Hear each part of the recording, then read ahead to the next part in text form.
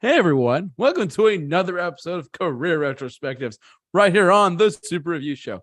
I am joined by my good men Kyle and Mike. What's going on, guys?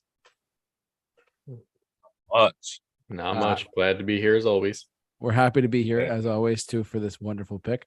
But tonight we are going to be breaking down and talking about one of Mike's favorite albums. He told us to have a listen and see what we can do. And I'm gonna let him start this one off on his initial impressions and whatnot of Uriah Heep's "Look at Yourself" album from 1971. This is Mike's pick, so I'm gonna let him share a little bit of share a little love for this album right here, right now. So, Mike, why don't you go first? Why don't you this album? Tell us a little bit of stuff about it. Why do you love it? Go on, whatever.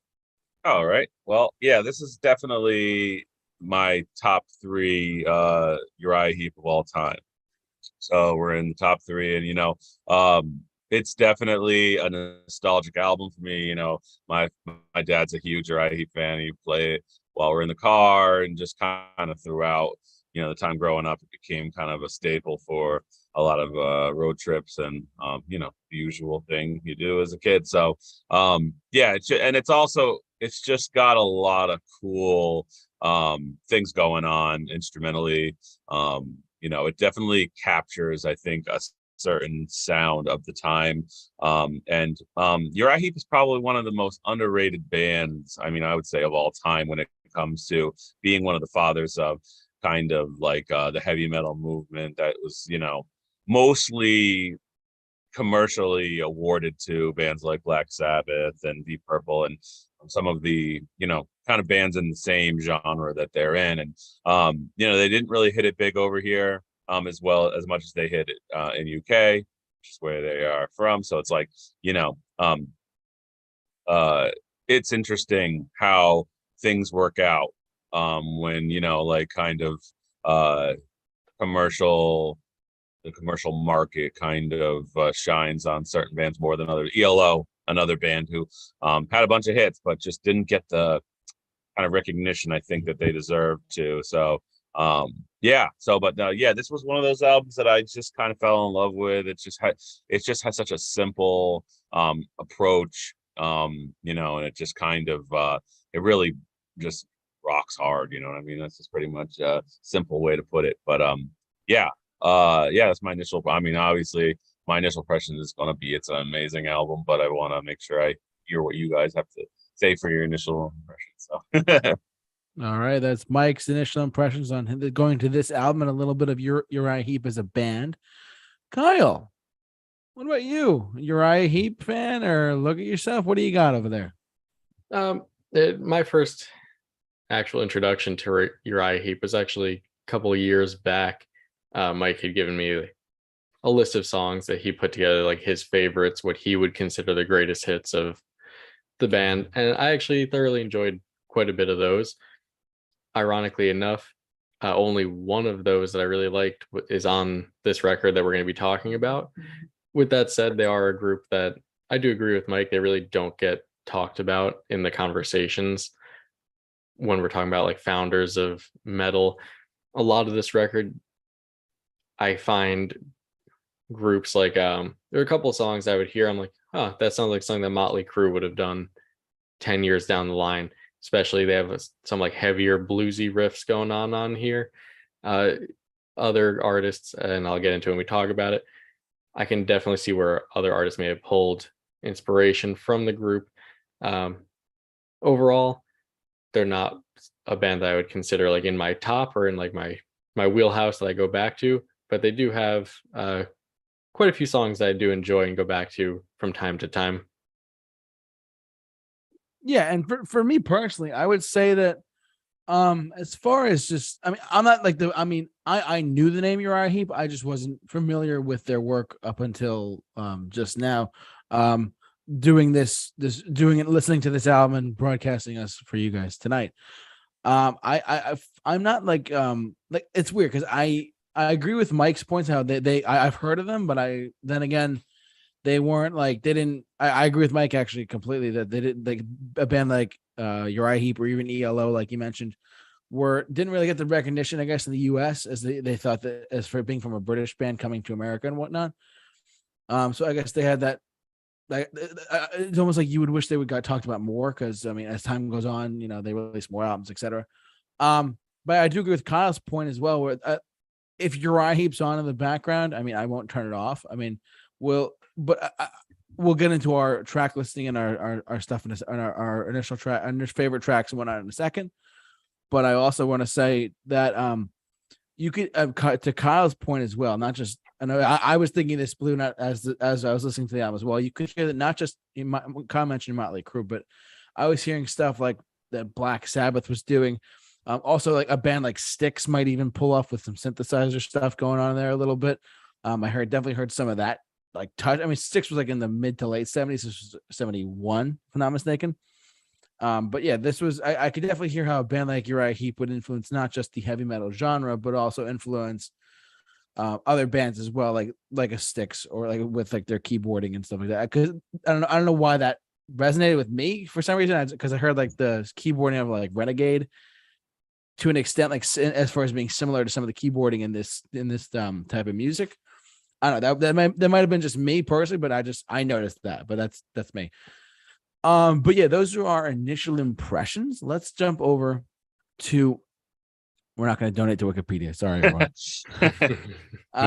But yeah, because we look everything up on Wikipedia and we read some stuff from it. So, but yeah, let's go down to the track listing just for a second. And there are 7 tracks on the regular standard edition of this album, which are as follows: Look at Yourself, I Want to Be Free, July Morning, Tears in My Eyes, Shadows of the Grief, What Should Be Done, and Love Machine. We just to clarify, we only listened to the standard edition, right? We didn't listen to the extended, the outtakes and stuff like that, or. Yep. No. Okay, I want to make sure, because I listened to a lot of it and I was like, oh my god, like what extra work did I do here? but no, but honestly though, for me, I'll go first actually in this one. So Uriah Heep was a band, as I mentioned, that I knew of, but I just never really listened to. I knew they existed. I just didn't, like I said, I didn't really listen to any of the work. I had nothing against them. I didn't think they were overrated or underrated or anything like that.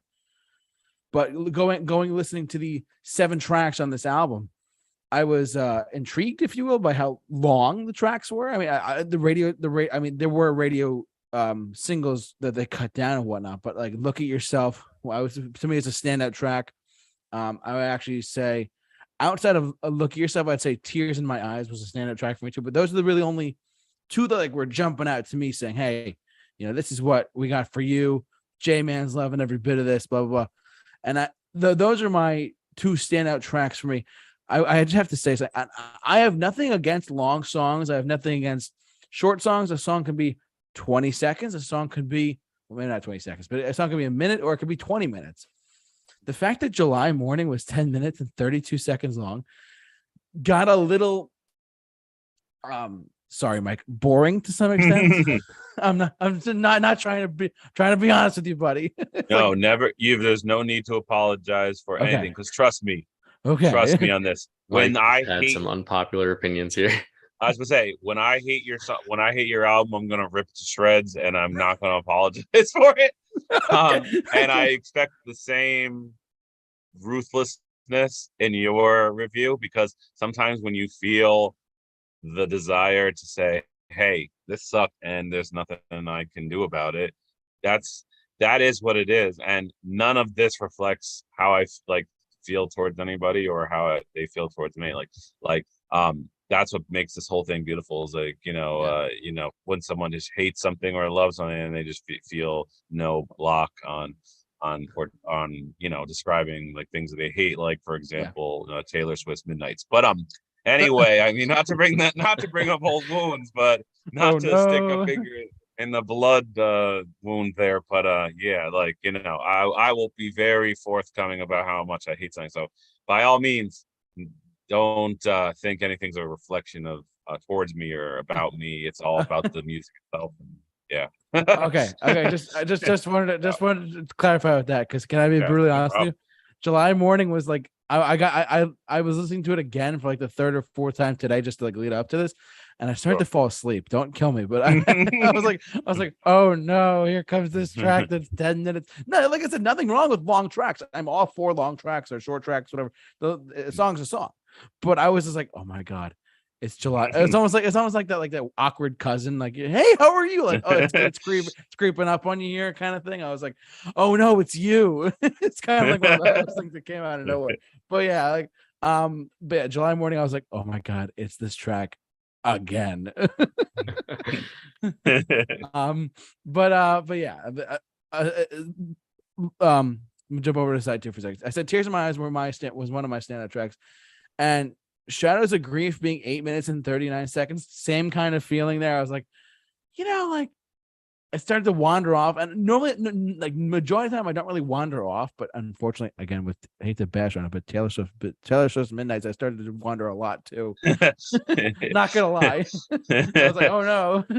But like 8 minutes and 39 seconds, I was like, was Midnight's even real? What are we talking about? Like, it's going through a bunch of stuff there. I was like, oh no. But no, but just the length of the song, some repetitious outro on like July Morning. The longer tracks in the album felt long for me.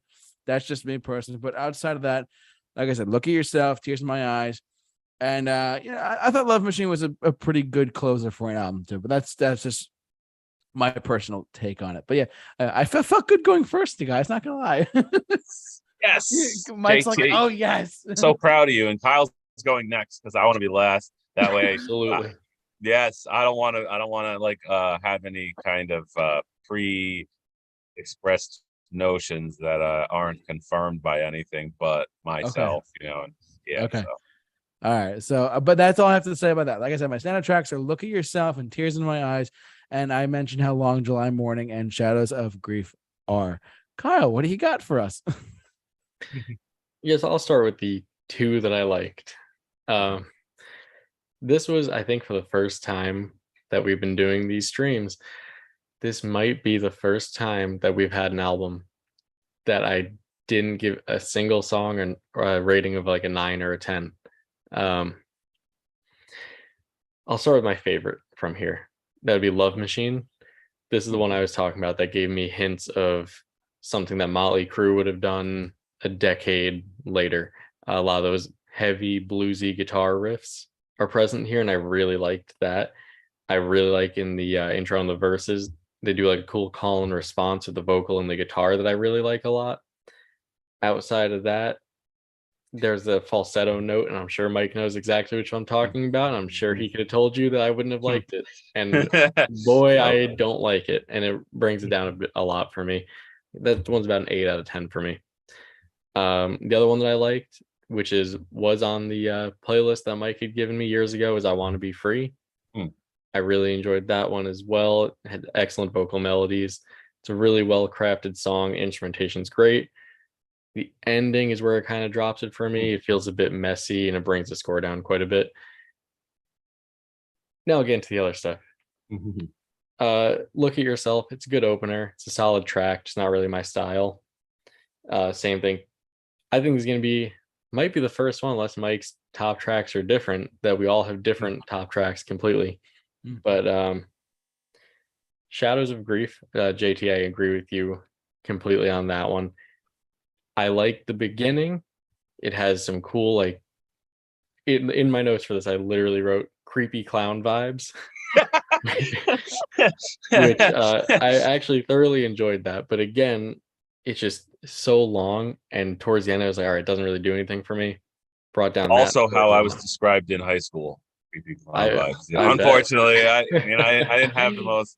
I didn't have the most popular high school days. So yeah, creepy clown vibe or too long? Which one? Yes. Yes. Put me down for yes. And then What Should Be Done didn't really do anything for me. It's pretty standard, middle of the road, nothing special going on. Tears in My Eyes, I really like the intro. Reminded me of something that the band Boston would do years after this as well. That I thought was cool, but again, after the intro, it just kind of didn't really go anywhere for me. I will say a big thing with this record for me was it does a lot of cool things. The majority of the songs do things that I really like, and then the rest of the song doesn't do that. Now I'm gonna get to my absolute least favorite song on here, July Morning. JT, 100% agree. I'm so glad I'm not the only one that thought this. It was so boring to me. Like, this might be the one song that there wasn't anything on it that I took away from. And I was like, this is brutal. Like, I'm sorry, Mike, but this one was just brutal for me to get to. It didn't keep my attention at all. Anytime I listen to the record, it's such a standout of being just a not great, boring song.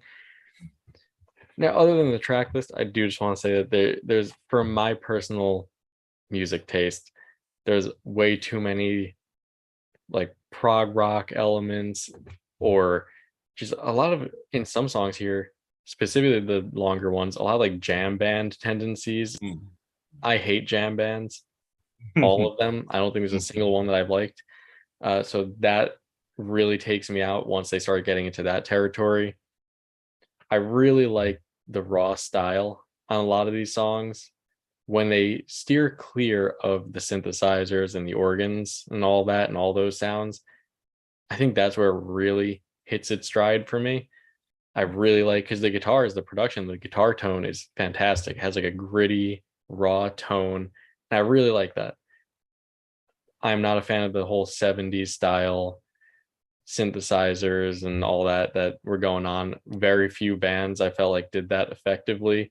JT, you had mentioned Styx before. Yeah, that's one of the ones I think did it very well. Otherwise, I think this record for me works mostly as something in the background. Like, if it's on in the background, it's when I'm doing something else, perfectly fine. This is like I'm out in the garage working on the car with this on the radio in the background. That's it. For me, that's what it does. I feel like a lot of the lyrics, and I always touch on lyrics and vocals a lot. I feel like on this record, a lot of the lyrics and vocals kind of felt like an afterthought. And that's just me. I feel like a lot of it feels like shoehorned in there. It's not the best or most thought out, and the tracks that I did like are the ones that didn't necessarily feel that way. And then the last thing I want to hit on is, I didn't expect this album to end the way it did. I kind of don't feel like there's a cohesive ending. I feel like it just kind of ends. It's like, oh, Love Machine's done, record's over, that's it.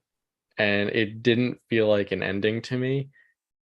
Whereas I felt like it had a good beginning and I saw where they were going, and then it just ends, which is fine. But it just kind of took me out of it because I expected another song to come on, and I was like, oh, that's it. But I mean, other than that, that's really all I got. I'll turn it over to Mike and see how much we disagree with each other on it. I mean, hey, no, I respect those opinions, and it's funny because, all right, so first of all, I'm going to bring out we have Uriah Heep, Look at Yourself album, vinyl, dusty vinyl. Look at yourself. Look at yourself. All right. Yes, so it's funny. So in the entire Uriah Heep discography, so, which, warning, all of the band members are pretty much gone except the guitarist Mick Box by like 1980 something. I think it's like probably like 86, maybe. Don't quote me on that. The whole band sound changes for the most part. And I pretty much really couldn't get into any of the albums after most of the band's members left. If I were to perfectly describe their albums after all the band members left, is exactly what Kyle said. Put it on in the background, but not really care about the songs, which is funny because like I can't do that stuff. Like, I can't watch a movie in the background when I'm doing something. I start paying attention to it, even if it sucks. Which, by the way, I saw a horrible movie called Barbarian. I don't know if anyone's seen this horror movie. It's brand new. Mini review in a review. Don't watch that movie. It is horrible. It is horrible, and it's got great reviews on Rotten Tomatoes and some of these other sites. Which brings back my whole point of the kind of the world is just kind of going to crap. Like like Taylor Swift's music's in the top set, like the world is gone nuts. But that record broke 73 records from what I just read this morning. Yeah, proof in the pudding that it doesn't have to even be good to make it in the top charts. It just has to. You just have to have people who are like basically like love anything that they put out. So yeah, so steering the ship back into the storm here. So this is one of the few Uriah Heep albums that I actually don't like as an album, but I love the songs on the beginning of it so much that I couldn't imagine their best of without those those songs. So it's like where as an album, like Kyle was saying, like where he feels like it has a cohesive like ending and it has an overall theme or something like that. The first 4 songs for me are all 10s. Like they are some of my favorite songs from all of the Uriah Heep discography. July Morning is one of my favorite songs of all time, which is funny that you guys say you don't like that song. Oh my God. And it's funny. And it's funny that you guys don't like it because it is one of those songs that has such a kind of build up where it's like you have this quiet build up, and then when you get to that point when it's like it's hitting it's kind of in that main part of the song, and then it kind of comes back down to start with the same beginning again, and then it hits that ending which kind of keeps repeating like that kind of medieval feeling to it, which I am huge on the medieval kind of ancient sound that Uriah Heep has, and it's kind of why I love this band so much, is because that's right up my alley. The whole kind of like medieval kind of sounding, the keyboards, the kind of all that stuff. So Look at Yourself, great songs, got that typical kind of chaotic ending that most of these rock bands were doing, where like the solos go in with the and then they do this kind of a drum thing that gets faster and faster and faster. I remember bands that always did that kind of thing, just like a typical thing for this kind of era of music. The 70s was, it's just kind of like the loud, beginnings of like where rock became heavy metal, and and prove itself how crazy they could get. Referred to a reviewer one time as the Beach Boys of heavy metal because of their high pitched vocals that they do in the background. The Beach Boys do the woo, Uriah Heep's always doing the ha in the background, almost like, what do you call it? Flash Gordon, with Queen, doing the ha, that's the kind of stuff Uriah Heep would do all the time in the background. And it's either your cup of tea or it's not. It's definitely got some prog rock stuff in it. It's got some crazy twists and turns in it. And it's funny, Shadows of Grief, I actually really don't like this song. It is actually one of my least favorite songs in like a bunch of Uriah Heep's discography, and it is a boring song. It is a song that I find starts off good, and then it literally just kind of does it. It's trying to achieve some kind of atmosphere, creepy clown vibes, but it is not I would say achieving it in a way that steers it back into the theme of the song or the theme of the album or even anything. I think it's just, once again, it's just one of those tracks that I personally never even really listened to. I always skipped over, and if I did listen to it, it's because I just didn't change the track because I was doing something else. So it's like, which is a great on my tombstone, Mike, I didn't have time to change this track. I was doing something else. And then What Should Be Done wasn't a huge fan of that song either. And that's going back to my point of how big these first 4 songs are to me, that you could take 5 and 6 out, and then Love Machine's a great song. So you could take 5 and 6 out, put 1, 2, 3, 4 in as just concrete, solid, like favorite songs of Uriah Heep's ever, and it elevates this album over what would be to someone else as kind of like a real gutless kind of like middle to end of the album. And Love Machine is a great song, but it also isn't a closer. It's not a closer. And also this album is too short, in my opinion, where I could feel like they definitely needed more tracks on it, and not outtakes and not like things of that manner, but just other tracks that needed to be kind of brought in that I think weren't. So yeah, like, and that's why like I totally agree with you guys in the sense that if you're not a fan of those first 4 songs to the level that I am, then the album to you will come off very kind of not hard hitting, not as iconic, and I'm glad to see Look at Yourself was ranked 97 out of 100 heavy metal albums of all time by Kerrang, which is cool. Like, I actually appreciate the nod to them.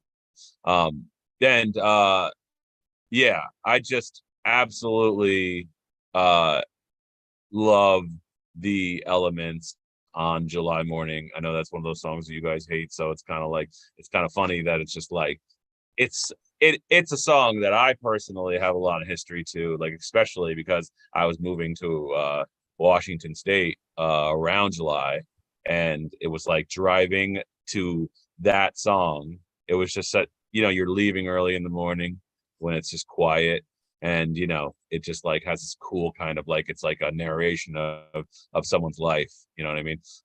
Like, he talks about looking for love in the strangest places, and kind of like heading out on this kind of journey in a lot of ways. So and when it comes back to the band themselves, so David Byron, the lead singer, I mean, this guy had so much writing ability and just ability in general of singing.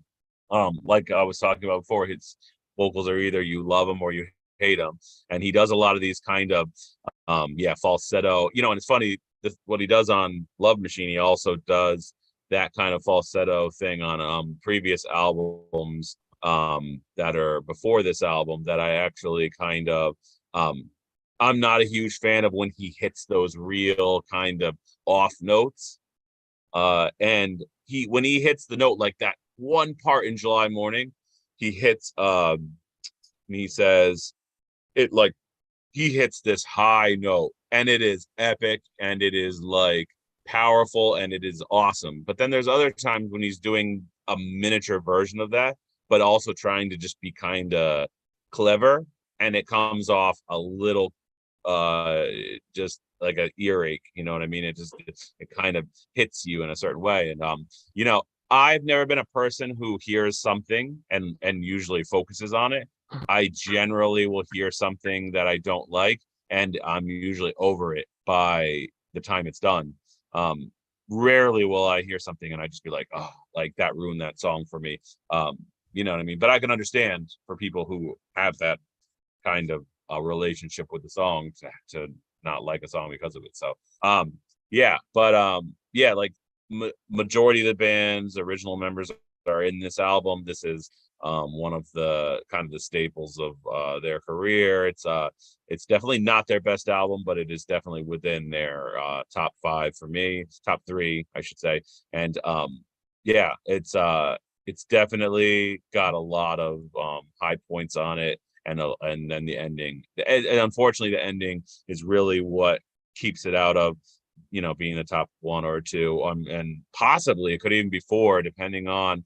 I was actually doing this today. I was actually ranking my favorite albums from them and trying to really listen to some songs and say, oh, like, what if I really think about it, would this album overtake that album? Because these albums are a little more of a complete album, and that album is just kind of superstar songs that I love. but not as an entire album does it have that same kind of staying power. And it's definitely in the conversation to if it's could be knocked out of that top three. But yeah, it's definitely one of my faves. That was a lot. Yeah. Sorry, no. I just I was listening to like, all right, cool. And I was like, I didn't realize how like I mean, I knew you were a passionate music fan, Mike, but I didn't know that you like, the way that you described Uriah Heep, and I never really, as someone who's not like super knowledgeable on them too, it's nice to hear like stuff like that, because then it makes someone like me who's like I'm not super familiar with them. I've never heard anything by them specifically until now. I mean, you make me personally want to go back and listen to a little bit more than what I heard today, what I heard for the stream, if that makes any sense, you know what I mean? Yeah, definitely. And I would definitely recommend you do that, JT, because they have a bunch of songs that I actually really like that were not on here. Okay. There's a huge handful that I actually thoroughly enjoy. Would probably rank them higher than any track on this record. Okay. Yeah. Yeah. Demons and Wizards is their most iconic album to their entire fan base, and undisputedly kind of championed as the best album that they have done. So like and then Wonderworld is one of my favorite albums by them, but a lot of people are kind of on the fence about that one. Unpopular opinion that I think it's definitely could be their second best album of their discography. But a lot of people would argue about that, and then I think you'd be a huge fan of their 80s stuff, like the Abominog album, which I think a lot it's commercially much more digestible. This album has a lot of dude, you think July Morning is long? Holy crap. So a song I love, but I also hate it at the same time. I know that sounds strange to say, but The Magician's Birthday, the last song on that album, is almost, I think it could be 13 to 14 minutes long. I'm not too sure. I have to look back on that. And the entire middle of that song is just them, like someone playing around with their guitar. Like it literally starts off really good. Yeah, if you go to that, if you click on that, what was it called? What was the album called? Quick, Magician's Birthday, 72. Actually, they put out 2 albums in the same year. It's kind of interesting. Let's see. How long is it? I can't see. It's 10 minutes and 21 seconds. Oh, 10 minutes and 20. Yeah. If you not thought as long as July Morning.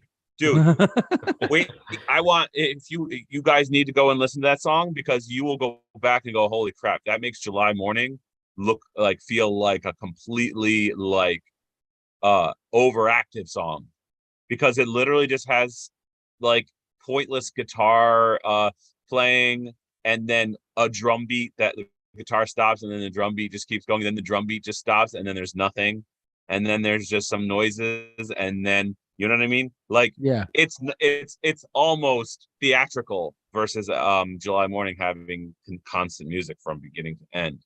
So it's just funny that you guys mentioned that, but I'm like, wait, go listen to this, and then you'll really have a song you'll get bored to. But the beginning and end of that song are actually amazing. Like, they're absolutely amazing.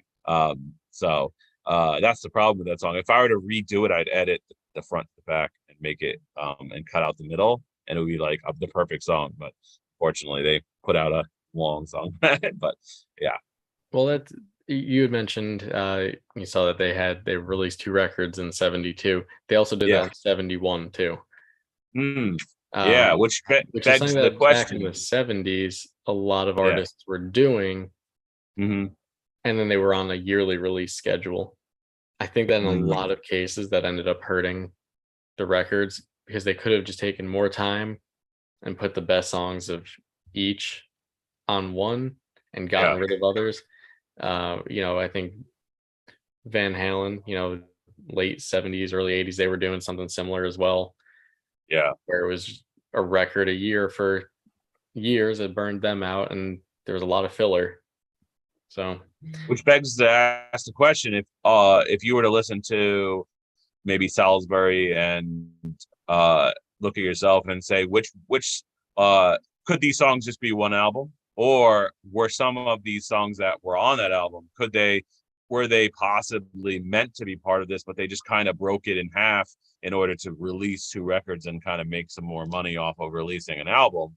The idea of releasing an album versus releasing too many songs in one shot. Like I said, 7 songs seems small for their usual releases. Or releases are 10 to 12 albums long. This was 7.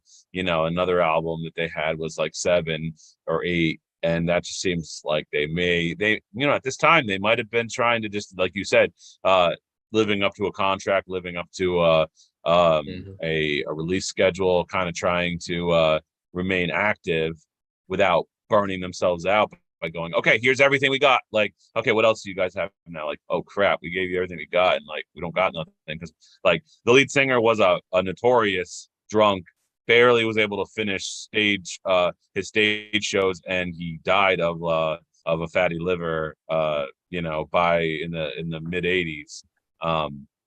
So like they kicked him out of the band because of it, and he went off to do his own music, which was amazing. I love his solo albums, and he had a good spirit to him, but he was struggling with alcohol addiction majorly, as well as the bassist. He died of a similar fate. It was kind of like, these were the years where people just they've burned out quick. You know what I mean? Like they just were there and gone. Right. I think a big part of that comes down to the way the music industry worked back then. It was, you have to put out a record every year or people will forget about you. That was the whole mindset back then. And I guess, you could see it, and, media was less accessible in a way. It wasn't just in front of your face all the time. So I get it. But I think that it did end up hurting a lot of what could have been even better albums. That was just like, well, churn out more music now, please. Like, just go do it. I don't care how you do it. I don't care what you give us, but we're releasing an album. Yeah, definitely. I mean, that's how we got Van Halen's, was it Diver Down? Yep. I think that was the record that they did that on, where they were like, oh, we really don't want to make this, but the label says we have to. Right. Yeah. And it's too bad, because it's funny, today's music market is so destroyed by the availability of the media being just available to you at any drop of the hat. Anybody can just access anything at any time without any kind of working to go get it, to go buy it. It's just there. So now they're like releasing one song at a time almost, and it's here's my single, here's another album, here's a song, here's a song, here's a song. Whereas back then they were, like they put a lot of work into an album, and they wanted to release the albums as a whole thing, and they wanted you to go out and buy it, but they also didn't want to release double albums. Were crazy and dangerous to do, and like you see those double albums, that'd be another great segment for us, is the best double albums of all time. Those bands that had the writing ability and just to put out double albums would be a fun thing to do on here. And ELO having the greatest double album of all time. I mean, I'm not to brag, but JT, wake up over there, wake up. But yeah, that would be fun. That would be cool. Cool idea. Anything else before we go to our ranking and stuff, or are we all set? I'm good. Just to add to Mike's point, I guess, of today's music, the state of the music industry today, really what's driving that in the past about 2 years is TikTok. Yeah. To the point where all you need now to have a hit song is about 10 to 15 seconds of something stupid and catchy.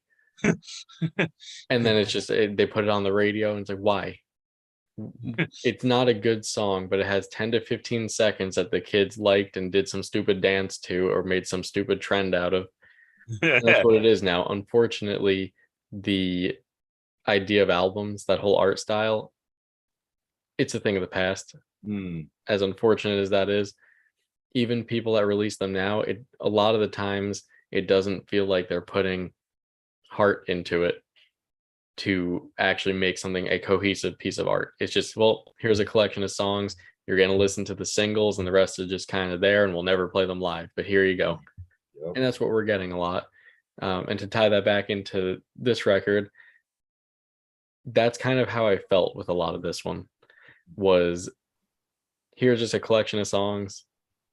They don't really tie together well, and it doesn't have a good ending, but here you go. Possibly that could have been it. That could have been their that could have been their kind of just strategy with this one. It could have been, hey, we wrote a bunch of songs in 72 and we put like a bunch of good ones on that first album, and then we had a bunch of good ones left, but not enough to make a full album. So like, it was kind of like which is why like I love the theme, the picture, the look of the album, the idea, the kind of psychological idea of putting out an album where it's your own face. You know what I mean? Like it becomes whatever you want it to be. You know what I mean? It's whatever you see in it. And I just, me, I love the whole and it was funny. This is one of the few albums that is not a fantasy driven lyrical album. Most of their stuff's about, the wizards and the fantasy stuff, but this album was just kind of like talking about relationships and kind of that kind of thing, which is why I knew Kyle would probably be more a fan of it. Maybe not a fan of it lyrically, like that you love the lyrics, but that the lyrics weren't taking you away into this kind of like fantasy realm that I think you just can't relate to. And but a lot of their music has that kind of stuff in it. And it's funny because all the songs that I've liked by them are the ones that don't incorporate that, or at least for the most part. Yeah, exactly. Yep. Anything else before we go to our ratings, or? Nope. All righty. So who wants to go first? JT, why don't you take your rating first? Oh, yes. God. You stole the words right out of my mouth, God. Yes. So, like I said initially, I never really had listened to Uriah Heep. Oh, no, I'm just kidding. Go ahead. Shut off immediately.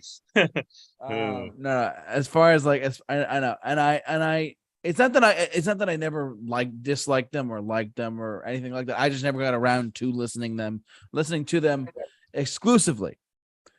And truthfully, as someone who was not as familiar with them, but knew the name, the band, Uriah Heep and whatnot, going into this and listening to a full album for the first time ever in my life by Uriah Heep, with tracks like "Look at Yourself" and "Tears in My Eyes," like I said, my standout tracks for me. Those were some high points in the album, but my lower points in the album would have to be as Mike said, he loves it, but unfortunately I have to say it. July Morning is just, it's long. It's very, I was dozing off a little bit during it today before we did our stream. So that kind of pulled it down a little bit more than I thought it would. And the other couple of tracks now, like Love Machine and What Should Be Done, were good, but they kind of boosted up in the middle. Overall, I'm this might surprise both of you guys. I'm gonna give this I can't even talk. Yeah, I'm gonna give this album a solid 2.85 out of 5. That's actually a little bit higher than I thought I would, but the tracks of Look at Yourself and Tears in My Eyes, but the one that stood out the most to me, made that jump up higher, and pushing it up a little bit more was the other tracks I mentioned before. So for me personally, a 2 point what was it? Is it 2.85 out of 5? That is my rating for you guys tonight. Kyle, why don't you go next? Yeah, Kyle. JT, you're making me do it. Freaking Kyle, go. JT, you're making me do it. So with everything that I said, yeah, it's not something that really was for me. I feel like a lot of cool styles on display here, none of which I thought were done to the extent I would have liked them to. They would start it in the song and then kind of veer away from it. The exception being Love Machine, but even then he did some vocal things that took it down for me a bit. with all that said, I do think that it was outside of July Morning and maybe Shadows of Grief. There wasn't anything that was like bad on here. Like there's nothing that was like offensively like, oh, this is terrible. I hated July Morning and Shadows of Grief. I liked it a little more than July Morning. Gonna have to disagree with Mike on that one. I thought it had a cool vibe going for it at first, and then really I do agree with you though, Mike, on that. It dropped the ball quickly and just devolved into just one of the most boring things I've heard on here. With that said, I gotta give the record in general a 2.5. It's not it's I wouldn't consider it good for me, for my tastes, but I wouldn't say it's bad. If it was on in the background while I was doing something, I'd leave it on. I wouldn't go out of my way to change it. It's just kind of there. All righty, and last but not least, the man of the hour, Uriah All right, Heep 2 himself. thumbs up. No, it's good. Change my whole rating for this. No, that's not how we do this, Mike. You can't just go from out of 5 to 2, like to thumbs. Like just give you a thumb and 2 fingers. No. So as I said before, like I talk about 11 out of 10s. I talk about songs that are like so good that they almost have a bonus point per song. And then the other songs really don't matter so much. When you have 4 massive tracks, like I Want to Be Free, I don't feel like not too many people are talking about this track today on this review. Kyle mentioned it, but I Want to Be Free is just such a cool track because it has just such a cool groove to it that where it just kind of keeps the momentum of that song going with some cool vocal parts. I love their vocal breakdowns where they do these kind of like harmonized kind of like with that lead vocalist. He's just a man, like a crazy just magic vocalist, just call him.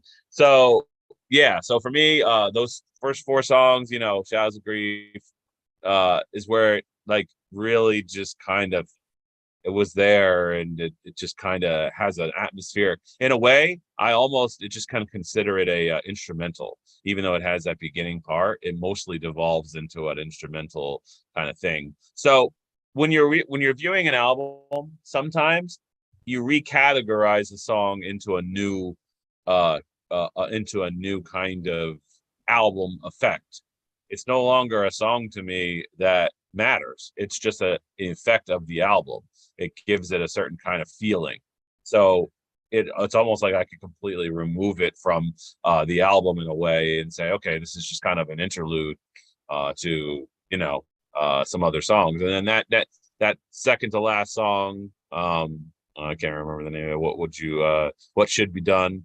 Once again, just kind of a boring song, and it just kind of seems like out of place. And then Love Machine's great. So overall for me, I was at a 4.5 out of 5. That's just kind of where I'm sitting on it. It's definitely not a 5 out of 5 album, but with those songs that are so iconic for me, they definitely, like I said, with the way this album is, it was a 4 out of 5. But when you get that plus song bonus, you know what I mean? It really brings it up to having just the exact 5 out of 5. That's right.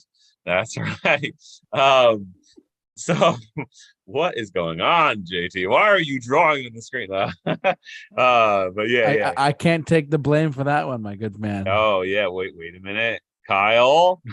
Look what I found out how to do. Look at that. 4.5 is my rating, not a 5 out of 5, folks. That is wrong. This is Kyle. He's drinking again. But he's trying to be like the lead singer of Uriah Heep. Don't go out that way, Kyle. All right. Too soon. All right. But 4.5 out of 5 is a rating. All righty. Well, any other concluding thoughts outside of that, or just are we good for now? That's it. I'm good. That's all, folks. Well, that's all, folks. We want to thank you all for watching, listening, however you enjoyed us tonight. Thank you so much for watching and listening. And I want to thank these two gentlemen right here for doing this. He had to change it at the Kyle had to last do it. possible second. For those who are listening to it, remember to see The this. villains. Kyle's villains background is dance. just trash. Yes. The trash heap. Someone has to be the villain. Kyle Trash is heap. it. Jordy, what? That's awesome. Moron 5? What's going on? Well, No, but in reality, guys, it's what you guys have to say out there. Jump down in the comment section below, share your thoughts on this video, like, comment, subscribe, and follow us on podcast form. Kyle's gonna go berserk changing his background for the rest as long as we're live. So I mean, Underclass Hero, guys, it's the best Sum 41 album. What are you talking oh about? God, I just got indigestion. We better end the stream before this gets any crazier. Thank you so much for watching, listening, and before I go and get crazy, stay safe, take care, and be awesome.